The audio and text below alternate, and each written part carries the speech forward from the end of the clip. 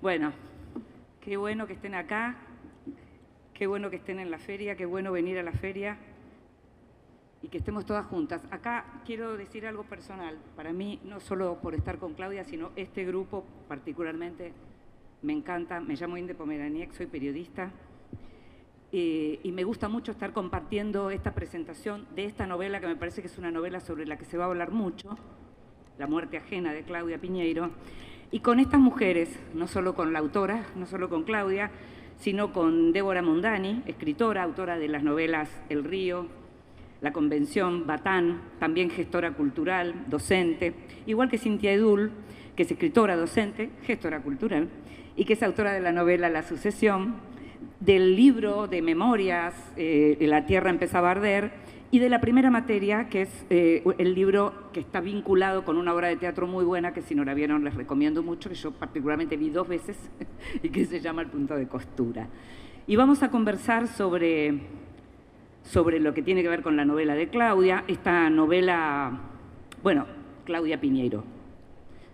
Está bueno que recordemos un poco quién es Claudia Piñeiro, no es solo una escritora que viene a presentar una novela.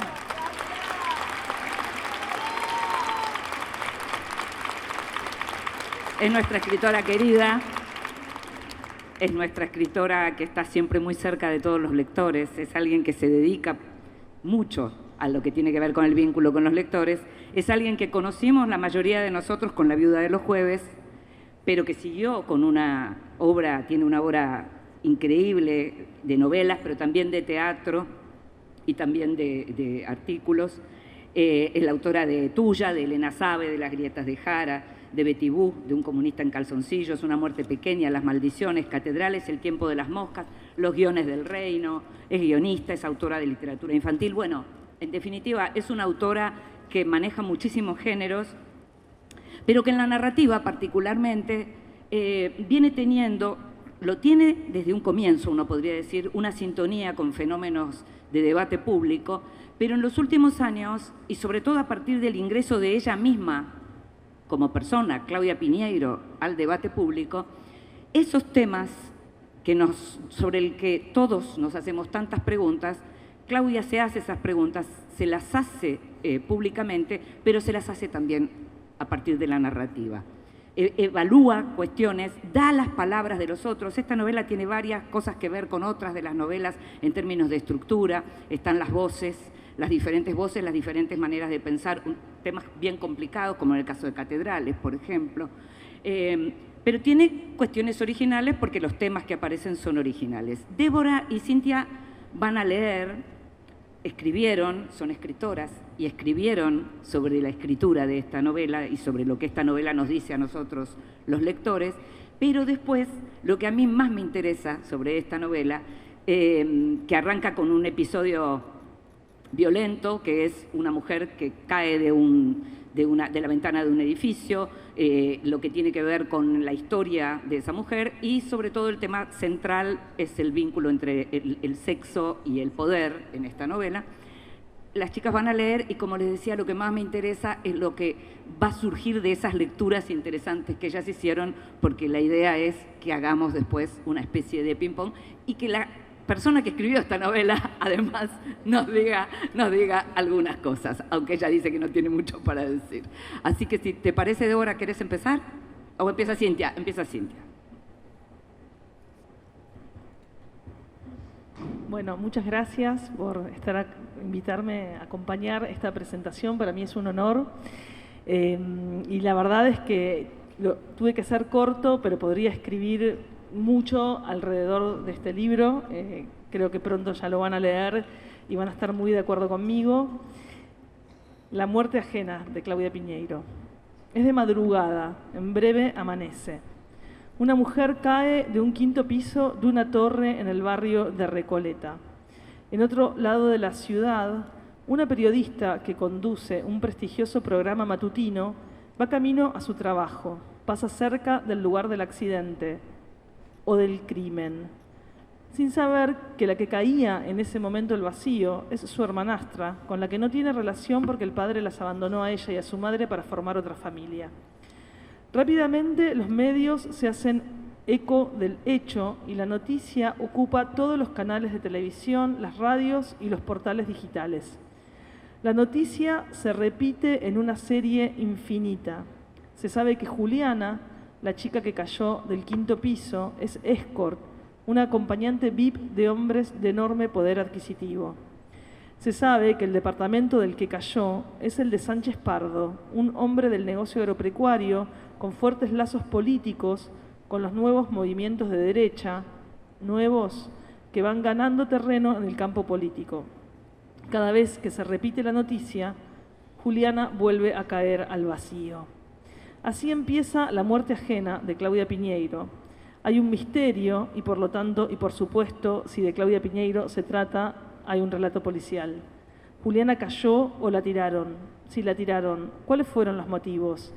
¿Cuál es la relación del consumo de sexo VIP y el poder?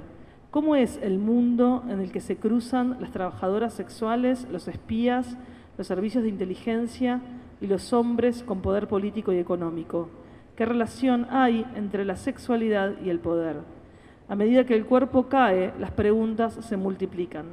Ese cuerpo que cae lleva consigo muchos interrogantes que atraviesan al sexo, a la política, al poder y al deseo como moneda de intercambio en este siglo XXI. Ese es el primer anillo de esta novela.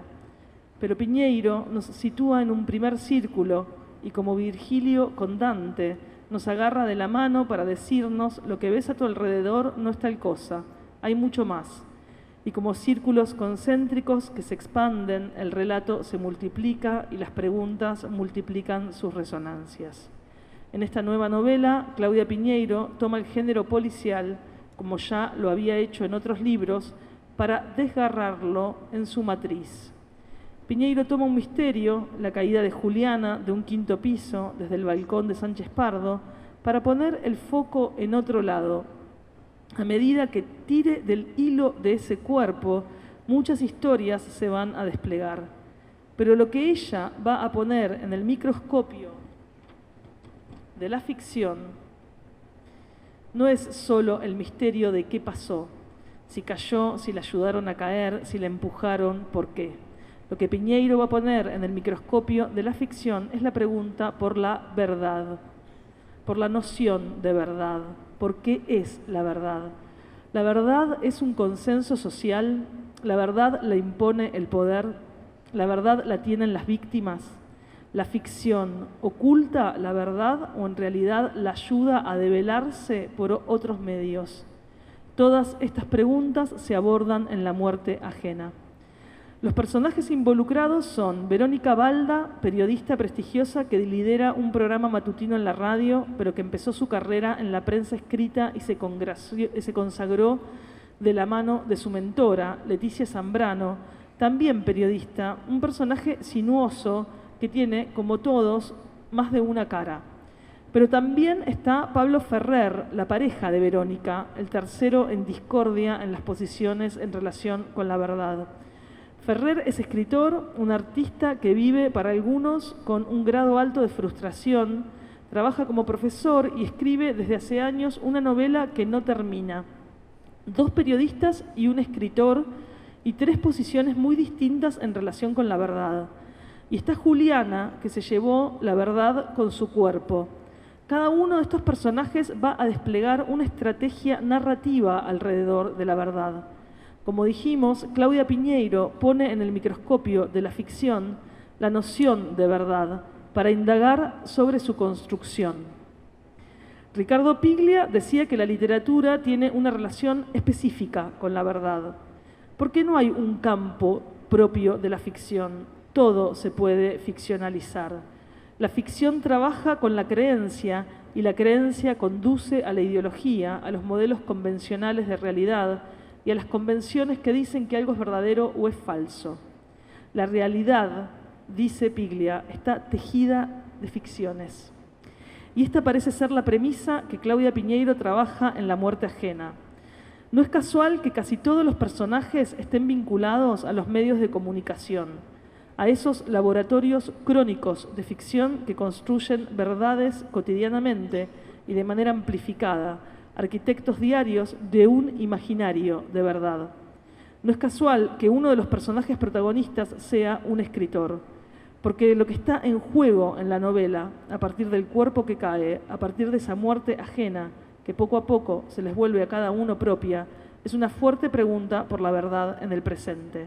Nadie es quien dice ser, ninguna identidad es nítida, nadie tiene ni siquiera un acceso directo a su propio ser. Pablo Ferrer utiliza la verdad para disparar su propio proceso creativo. Un personaje dice, porque en definitiva todos contamos una novela cuando hablamos de nuestra vida. Otro dice, solo la ficción se atreve a desafiar a la muerte. Otro anhela, pero eso no es posible, la noticia es la noticia. En cambio, con la potestad que da la ficción, la reina ficción, la diosa ficción. En la superficie todo es susceptible de ser tergiversado, dice otro. El juego de verdadero falso atraviesa todo el relato de la muerte ajena. Es un juego de creencias, sorpresas y cambios a los que los lectores nos vamos a enfrentar en cada momento. Porque como lectores, Piñeiro también nos pone frente al espejo al que pone a sus personajes. Un espejo que bajo el efecto de la ficción nos pregunta por nuestra propia posición con la verdad. Y para conocer la verdad, para saber cómo está construida, hay que saber a la Piñeiro, meterse en el mundo, embarrarse de historias, escuchar, investigar, conocer. La verdad exige trabajo y compromiso, tiempo, no es cosa simple. Flaubert decía que para cada novela necesitaba aprender un montón de cosas que ignoraba, aprender muchas cosas del mundo. Roland Barthes dice que para saber hacer una novela hay que saber un poco de todo, y que la novela es una gran obra general de contornos imprecisos, pero que justamente por eso resuelve la contradicción entre conocimiento del mundo y escritura, entre saberes y escritura. Para escribir una novela, nos dicen estos autores, hay que saber, hay que investigar, hay que conocer. Claudia Piñeiro sabe hacer una novela.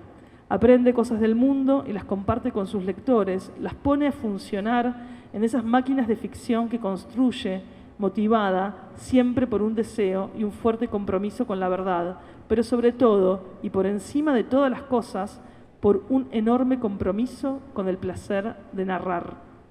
La muerte ajena despliega narradores, experiencias, puntos de vista, voces y versiones.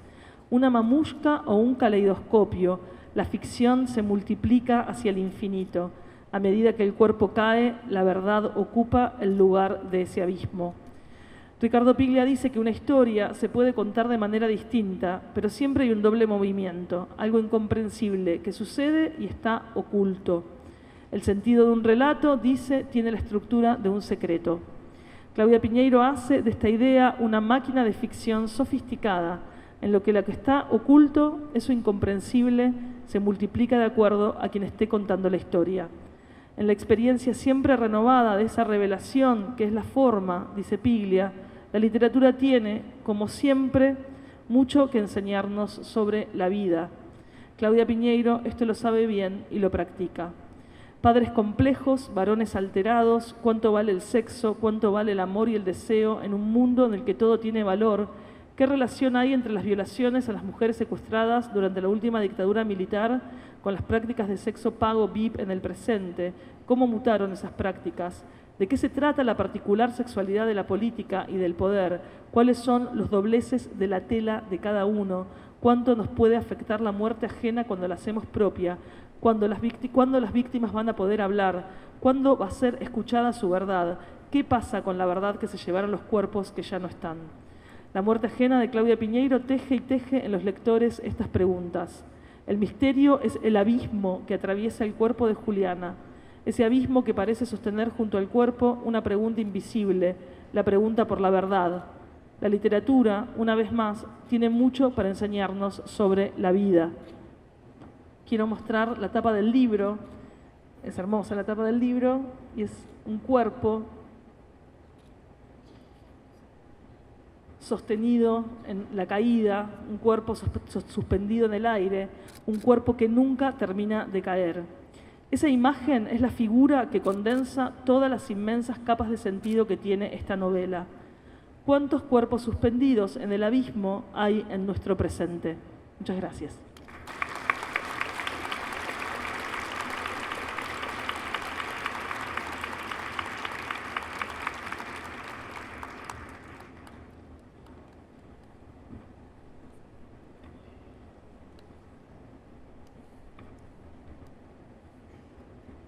Hola, buenas tardes.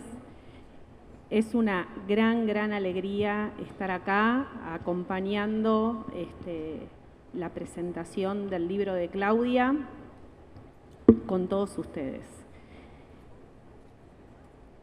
Amanece, siempre amanece. Las 3 palabras que dan comienzo a la muerte ajena de Claudia Piñeiro. 3 palabras y la certeza de una luz que puede disipar el manto de oscuridad que cubre la ciudad de Buenos Aires. ¿Y sus secretos y peligros también? De los hechos sabremos mucho menos que de las palabras que de ellos se desprenden. Sabemos que una joven cayó de un 5º piso de un departamento de Recoleta. Sabemos que Julián es escort y el departamento pertenece a un empresario agropecuario muy adinerado. Sabemos también que es hermana, por parte de padre, de Verónica Balda, periodista que conduce un programa radial por las mañanas. Hasta ahí las certezas. El resto, solo parole. Lean la novela y se van a dar cuenta por qué dije eso. La última novela de Piñeiro invita a reflexionar sobre las formas de representación literaria de los crímenes contemporáneos. Con este disparador como hoja de ruta, me gustaría compartir con ustedes algunas paradas en este recorrido de lectura. Primera estación, la naturaleza capitalista del delito. En el año 1863, Carlos Marx escribió sobre la naturaleza capitalista del delito. Según el filósofo alemán, el criminal no solo produce crímenes, sino que su acto delictivo es el primer eslabón de una cadena productiva. Leyes penales, universidades en cuyas clases se explica el derecho penal, estudios de abogados, una fuerza policial que lucha contra esos delitos, una industria al servicio de la protección ciudadana. Pero resulta que también en esta extensa cadena productiva, el delito da vida a sus múltiples formas de representación: el cine, el teatro, la pintura y la literatura. La muerte ajena se inserta en esta larga tradición del género policial. Piñeiro, al indagar en los discursos que se construyen alrededor de la caída de una joven de un 5º piso en el barrio de Recoleta, incorpora a esa vasta cadena productiva los medios de comunicación y la industria editorial, y en ese acto cuestiona la noticia como mercancía, pone en un primer plano la tensión entre realidad y ficción y, en consecuencia, la pregunta por la verdad. No solo de quien enuncia, sino también de aquello que se enuncia. Segunda parada, periodismo y verdad. Llegado a este punto, surge preguntar: ¿qué rol deberían ocupar los medios de comunicación en la representación literaria de un crimen contemporáneo que esconde un entramado de sexo, poder, política y servicios de inteligencia? La muerte ajena no es la primera novela de Claudia Piñeiro que pone el acento en el papel del periodismo como motor de búsqueda de la verdad. Sin embargo, en esta oportunidad, las certezas se desplazan al ritmo de los cambios de punto de vista y a la relatividad que se le asigna a la propia idea de algo verídico. ¿A quién le importa la verdad cuando se trata de contar una historia?, se pregunta uno de los personajes y redobla su posición. ¿A quién le importa la verdad a secas? Tercer alto en el camino sinuoso, los bordes de la ficción. En los bordes de la ficción, Rancière recupera la afirmación aristotélica que sostiene que lo que diferencia la ficción de la experiencia ordinaria no es una falta de realidad, sino un aumento de racionalidad. Esa racionalidad de la ficción sostiene que los hechos no se dan por casualidad, sino como consecuencias necesarias y verosímiles de un encadenamiento de causas y efectos.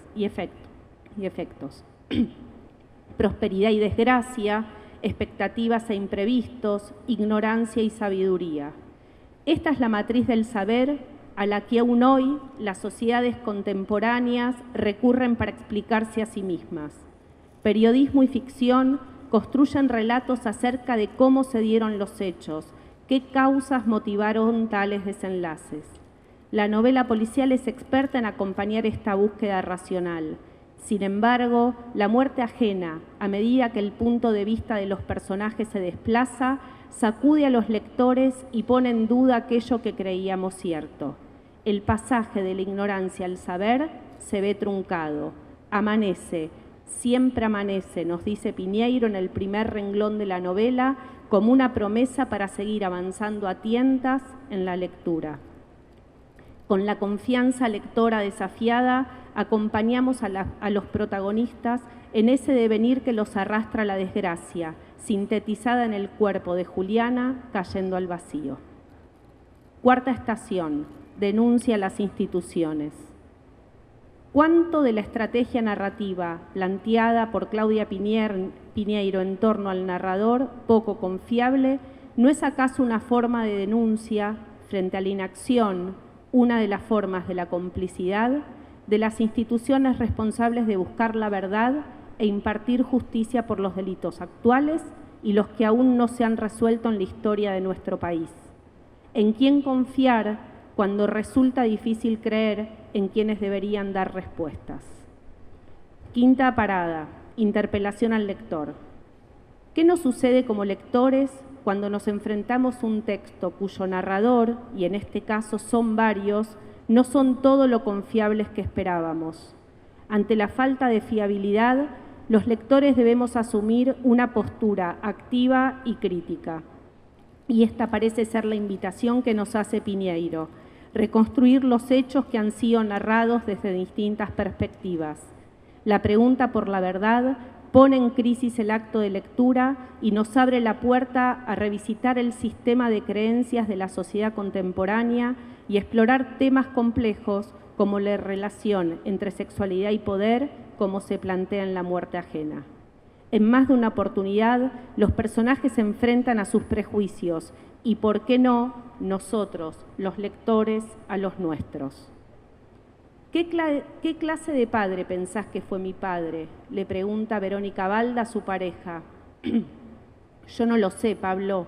No sé qué clase de padre fue mi padre al final de su vida. Y en cualquier caso, no sería raro que una chica escort, si fuera hija de quién.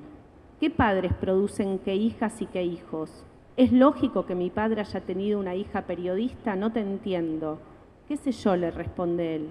Supongo que tiene que haber circunstancias. No cualquier mina decide ser escort. Racionalidad de la ficción, diría Rancière, de la ficción literaria y de las ficciones ocultas de la política, porque de esto se trata La muerte ajena. Cómo la política se cuenta a sí misma.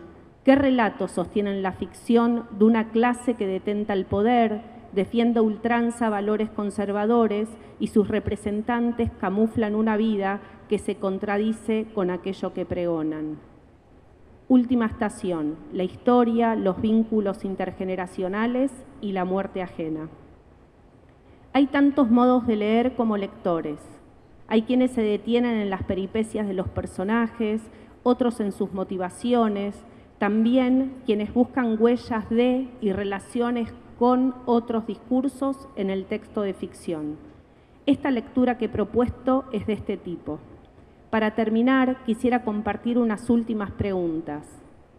La muerte ajena es una novela de hermanas, de padres e hijas, sobre la necesidad de repensar los legados familiares y nuestras creencias, de los vínculos entre sexualidad y poder, sobre los bordes de la ficción o los modos de representar literariamente crímenes actuales que son ecos de una historia que nunca termina de sanar. La respuesta es múltiple. Como dice un personaje, hay que encontrar el corazón de la historia. Personalmente, creo que el secreto se esconde en aquella voz que expresa su extrañeza frente a la muerte de un desconocido. Es extraño, dice, cuánto puede afectar la muerte ajena cuando la hacemos propia. Las sociedades contemporáneas parecieran no estar hechas a la medida del ser humano. Las estructuras de poder, de las que forma parte el periodismo dejan poco espacio para el reconocimiento, la dignidad y la justicia.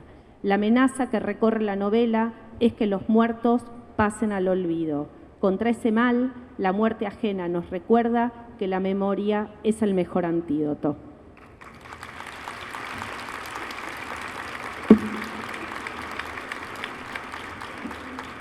Bueno, lo primero que tengo para decir yo, ahora vamos a preguntarle algunas cosas a Claudia, pero lo primero que tengo para decir es que siempre es un placer cuando uno asiste a presentaciones en donde las personas que presentan un libro no solo lo leyeron, sino que se tomaron el trabajo de escribir algo tan bueno como lo que leyeron recién Cintia y Débora. Tan en algún punto lecturas que uno entiende que tienen que ver con un mismo argumento, pero sin embargo cómo las entradas pueden llegar a ser diferentes. Y es realmente muy placentero haberlas escuchado. Pero yo lo que quiero preguntarle primero a Claudia, recién Débora mencionaba las distintas posibilidades de entradas que puede tener la novela, hablaba de novela de hermanas, novela de padres e hijas, de padre e hijas, lo que hablábamos antes en relación al sexo y al poder político, pero al poder en general. Y yo lo primero que le quiero preguntar a Claudia es por esta frase que dice: a mi padre que supo quién yo era mucho antes de que lo fuera. Bueno, buenas tardes, muchas gracias por acompañarnos. Muchas gracias Cintia, Débora, Inde. Antes de responder, voy a decir que cuando la editorial me preguntó quién quería que me presentara, yo las elegí a ellas tres, primero porque son amigas mías, y entonces ya llega un momento en la vida en la que uno quiere que en estos momentos importantes la acompañen amigas. Pero además, porque son de las amigas más inteligentes que tengo. Entonces, cuando hablan de mi libro parece mejor aún. Si es que lo es, parece mejor aún. Y si no lo es, parece un gran libro, porque los análisis que hacen son realmente muy elaborados, muy profesionales, muy generosos también con el texto. Así que les agradezco muchísimo. Hay un personaje en la novela, que es un personaje que está ausente, pero que se lo evoca permanentemente, que es el padre de la periodista, que a su vez es el padre de la chica escort.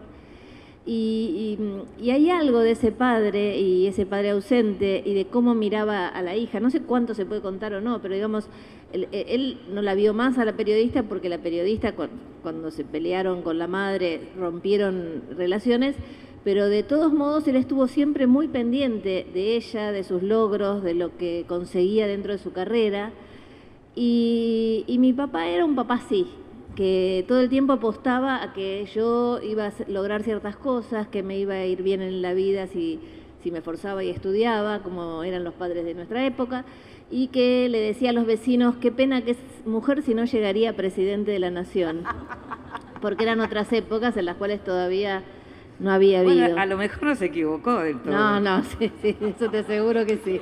Todavía podemos apostar. Hay tanta falta de representación que, viste, ¿Qué es eso? Pero bueno, quiero decir que tenía un padre así, que parecía ausente de algún modo. No, mi papá siempre vivió con nosotros, no es que nos había abandonado, pero sí que a veces parecía ausente y sin embargo estaba muy pendiente.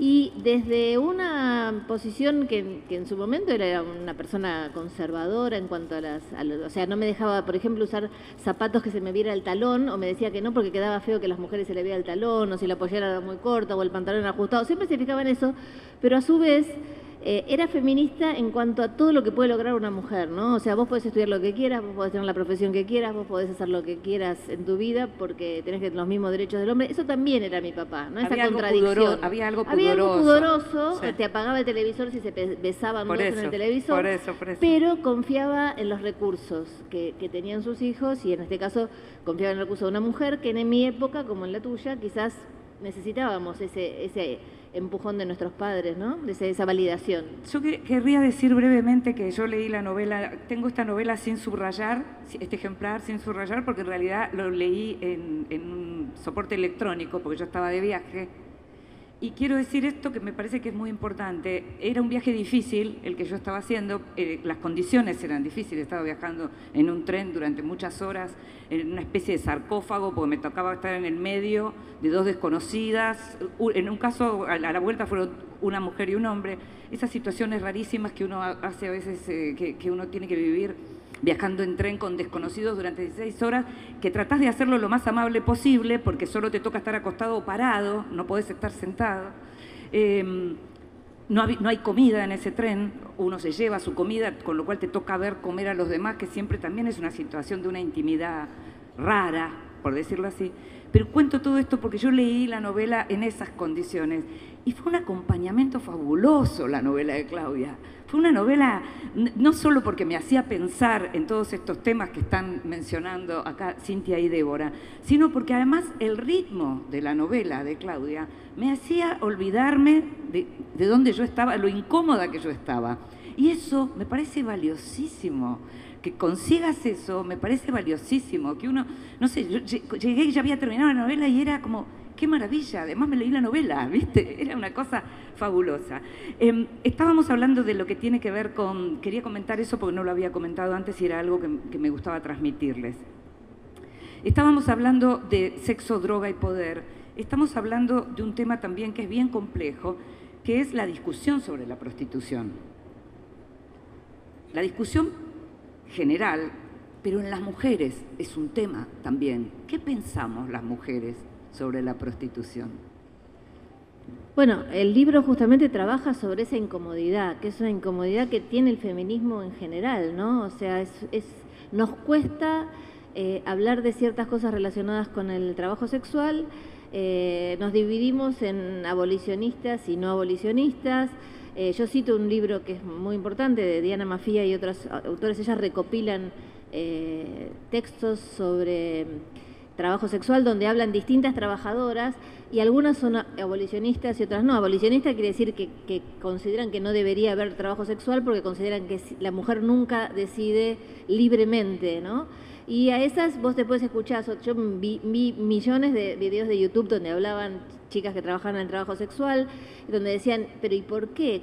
¿Qué es lo que le ven al cuerpo tan importante? ¿Por qué una mujer que va a limpiar los baños de una estación de trenes tiene un trabajo más digno que el mío? O sea, ¿por qué? ¿No? Y uno también, piensa, yo no tengo una respuesta certera a esa pregunta, pero sí quiero hacerme cargo de la pregunta, ¿no? Porque es algo de lo que no hablamos.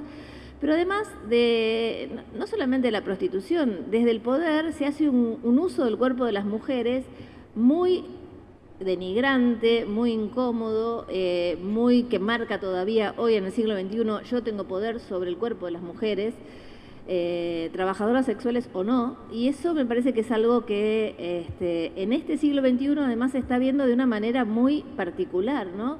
Hay mucha sexualidad dentro de el Congreso, mucha sexualidad dentro de los ministerios, mucha sexualidad dentro de este país y de otros también, ¿no?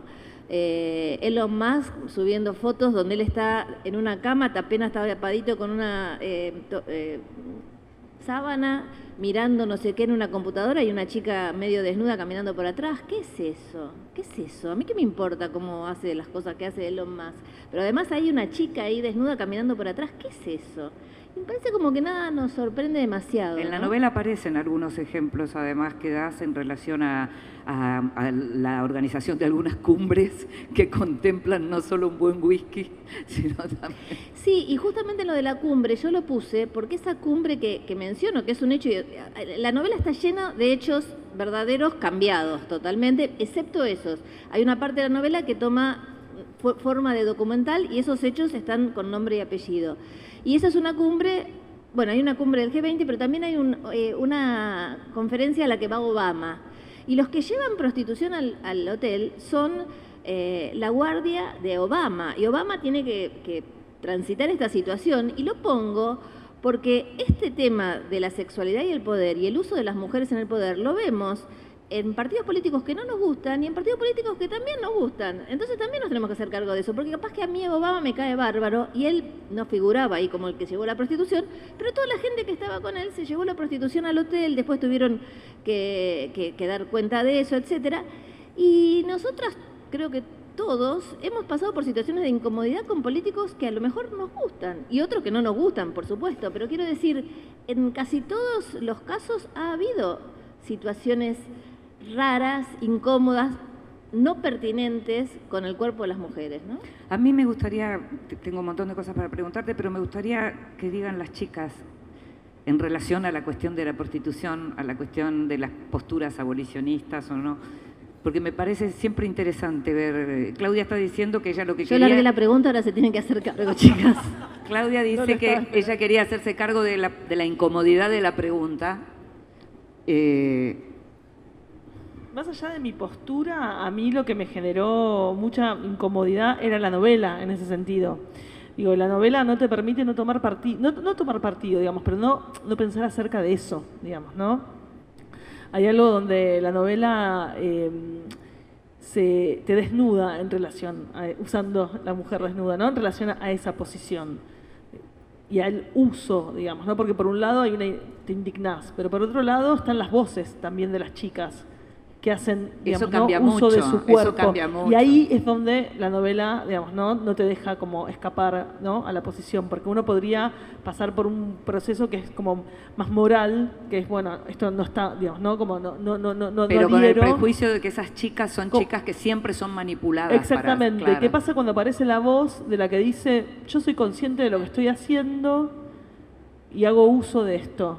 Y ahí ya un poco vamos más, o sea, a la relación capitalista del cuerpo, ¿no? Digo, me parece que ahí, digamos, empezar a pensar esta relación de, que a mí lo que me pasaba mucho cuando leía la novela, de el deseo tiene valor, digamos, ¿no? ¿Qué pasa con el sexo en un mundo en el que todo tiene valor? ¿Qué pasa con el deseo? Digamos, todo está monetarizado, se monetariza el deseo, se monetariza el placer, se monetariza el cuerpo, digamos, ¿no? Y ahí me parece que, en mi caso, lo que me pasaba es que las posiciones, sobre todo de las voces de las chicas, son las que me llevaban a hacerme estas preguntas. Sí, estoy de acuerdo, estoy muy de acuerdo con lo que dijo Cintia, pero voy a decir por qué. No, en uno de los recorridos, o en estas estaciones, proponía esta cuestión de cómo nos sentimos desafiados los y las lectoras en el proceso de lectura de esta novela, porque justamente porque cada una de las voces va planteando distintas perspectivas, sería fácil una novela donde rápidamente hay un narrador con o el que uno está de acuerdo o en completo desacuerdo. Y eso genera tranquilidad aún cuando tiene que discutir con ese narrador, porque sabe dónde está parado. En este caso, nuestras propias ideas están siendo rebatidas permanentemente.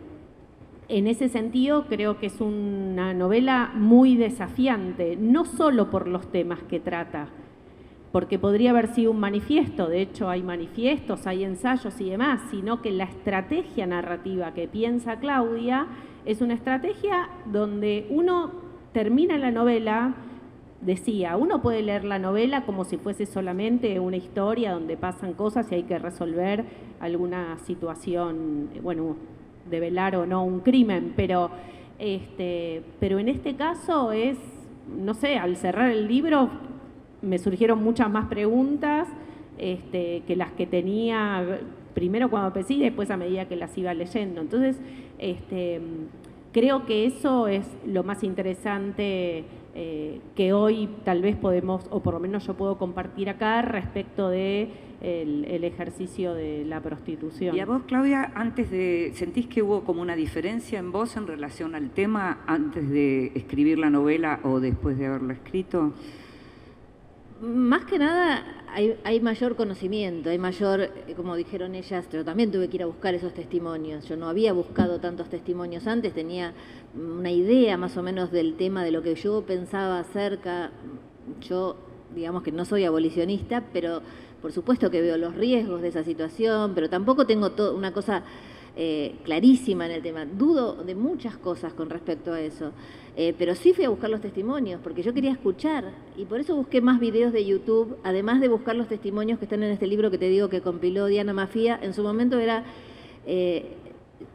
¿cómo se llama? Esta chica que era travesti que se murió hace unos años, Loana Berkins.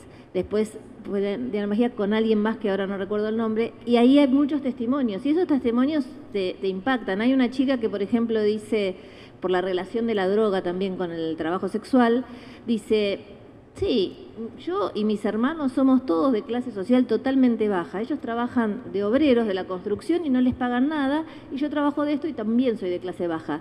Pero a ellos no le dan bolsitas de cocaína para que soporten el trabajo de todo el día, y a nosotras sí. Y eso también es como impactante, ¿no? O sea, la droga se mete para que ese cuerpo resista lo que tiene que atravesar, ¿no? Y eso es muy impresionante. Es muy impresionante también el manejo que empieza a haber de los hombres de cualquier mujer, porque como tienen este poder sobre ciertas mujeres, también creen que tienen ese mismo poder sobre cualquier mujer, ¿no? Entonces, no digo todos los hombres que estoy analizando en esta novela, que son los que se manejan de esta manera, por supuesto. A mí me gustó mucho meterme en ese mundo, me gustó muchísimo meterme en ese mundo y sentir esa incomodidad y tratar de entender qué es lo que pasa. Y además creo que hay algo muy actual, muy de estos tiempos, que tiene que ver con las nuevas generaciones y la falta de futuro, ¿no? O sea, digamos que nosotros teníamos una época en la cual pensábamos que, bueno, vamos a ir a la universidad, vamos a tener un trabajo, vamos a ganar un dinero, nos vamos a comprar una casa, vamos a hacer... Eso ya no sucede más en general. Hay alguna gente que conserva esa ilusión, pero muchos pibes no tienen, y pibas no tienen esa ilusión, no tienen una ilusión de futuro que van a poder ahorrar y enseguida acceder a bienes. Entonces, sobre todo se vio a partir de la pandemia que muchos varones se dedicaron a las criptomonedas o al juego online, y muchas chicas se dedicaron a cosas relacionadas con el sexo VIP, que puede ser acompañamiento de señores en viajes, que puede ser... virtual.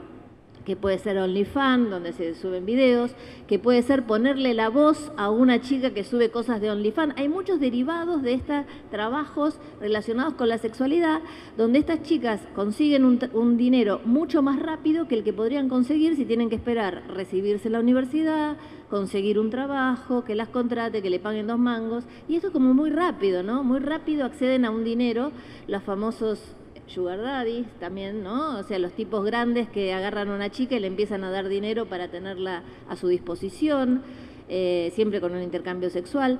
Todo eso abarca también una parte de generación muy joven que me impresiona mucho, ¿no? Que haya pasado eso y que no haya un futuro, no haya una ilusión de futuro diferente a esa. Después algo que aparece fuerte en la novela tiene que ver con la hipocresía en relación al tema, porque acá nosotras estamos hablando de la incomodidad, de no soy abolicionista, pero nos pasa de pronto un montón de cosas que tienen que ver con esto, pero claramente en la novela aparece la hipocresía en algunos personajes que ejercen la prostitución mientras dan la cara por un partido político que de pronto está en realidad diciendo tenemos que volver a los valores de antes, las mujeres de hoy son un escándalo y demás. Ese punto es particularmente muy sensible porque somos grandes, lo olemos, lo olfateamos, ¿no? Lo hemos visto muchas veces. Y lo hemos visto muchas veces. Es que la novela trabaja sobre la actualidad, pero también hago un juego que es que estas periodistas ganaron un premio con una nota que hicieron hace muchos años, que esa nota, en realidad, ¿vos te diste cuenta que esa nota existió? Sí, sabía. Bueno, había una mujer que iba a todos los programas de Neustadt y Grondona en ese tiempo, muy de traje sastre, acompañando a Pando, ¿cómo se llama? Cecilia Pando, porque eran del mismo partido político. Y ella hablaba todo el tiempo de todo lo que tiene que ver con las tradiciones y la moral, y etcétera, etcétera, etcétera. Y un día Rolando Graña le hace una cámara sorpresa y esta mujer manejaba un prostíbulo en Mar del Plata. Eso fue un caso muy conocido. Esa mujer había estado además de novia con Astiz, aparecen fotos en el juicio de Astiz porque ella había sido novia de Astiz. Por eso también alguna de ustedes nombró la relación entre los crímenes de hoy o la sexualidad de hoy con los crímenes de la dictadura y la forma en que la dictadura abusó de las mujeres o los dictadores abusaron de las mujeres. Pero ahí hay un hilo, ¿no?, que entre el pasado y el presente de estas mujeres que por supuesto que tienen todo el derecho de hacer lo que quieran. Ya acabo de decir, soy abolicionista, no me importa que... No soy abolicionista, quiero decir, no me importa si trabajan en la prostitución, pero que después no vayan a la televisión a decir que no quieren el aborto, que no quieren el, no sé... Mujeres y hombres. Mujeres y hombres. Acá, bueno, yo estoy contando esta historia, ¿no? Pero vos decís, ¿por qué vas a fingir todo esto si vos tenés una vida totalmente distinta y además estás tratando de direccionar a un montón de mujeres dentro de la sociedad para que hagan lo que vos no haces? Eso, en el siglo XXI, hoy... También lo vemos, porque lamentablemente las listas por el tema de la ley de cupos se llenaron de mujeres que no están en condición, y de hombres ni hablar, ¿no? Pero quiero decir, como tienen que poner mujeres, muchos de estos hombres fueron a buscar mujeres donde las conocían. Sobre todo las pueden controlar. Porque además las pueden controlar, que esa es la base. La base es que las pueden controlar. ¿Puede una mujer que trabaja como trabajadora sexual ser diputada, ser senadora, ser ministra? Por supuesto que sí, por supuesto que sí. ¿Necesita haber pasado por la universidad? No, hay un montón de buenos diputados y diputadas que no han pasado por la universidad, pero que tienen un trabajo de campo, que tienen una experiencia, un trabajo político, etcétera. El tema es que vos ves personas, mujeres, también hombres, ¿no? Pero estamos hablando de esta novela, mujeres puestas ahí por hombres, y que son manejadas absolutamente en su discurso, en cómo tienen que votar, en lo que tienen que decir, y que seguramente ese manejo tiene que ver por un pasado que compartieron con esos hombres relacionado con el trabajo sexual. Mientras yo le pregunto a Vero, porque el teléfono mío quedó allá, tenemos 5 minutos, muy bien. Lo que te quería preguntar era, seguimos hablando de incomodidad, que me gusta, porque me parece que es una palabra que tiene mucho que ver con lo que provoca la novela, y quiero saber qué incomodidad te provocó a vos mientras la escribías, porque de pronto puede resultar más sencillo poner en palabras de otro las cosas que uno piensa, pero vos venís trabajando mucho con poner en palabras de otro cosas que vos sabemos no pensás. Sí, vos sabés que es difícil, la novela tiene muchas voces, ¿no? Y en principio tiene 3 partes con 3 voces, o tres narraciones bien diferentes, voces diferentes. Cuando yo se lo contaba a Rosa Montero, que es amiga de las dos, ella me decía, tenés que hacer una cuarta voz con la voz del hombre este que consume trabajo sexual.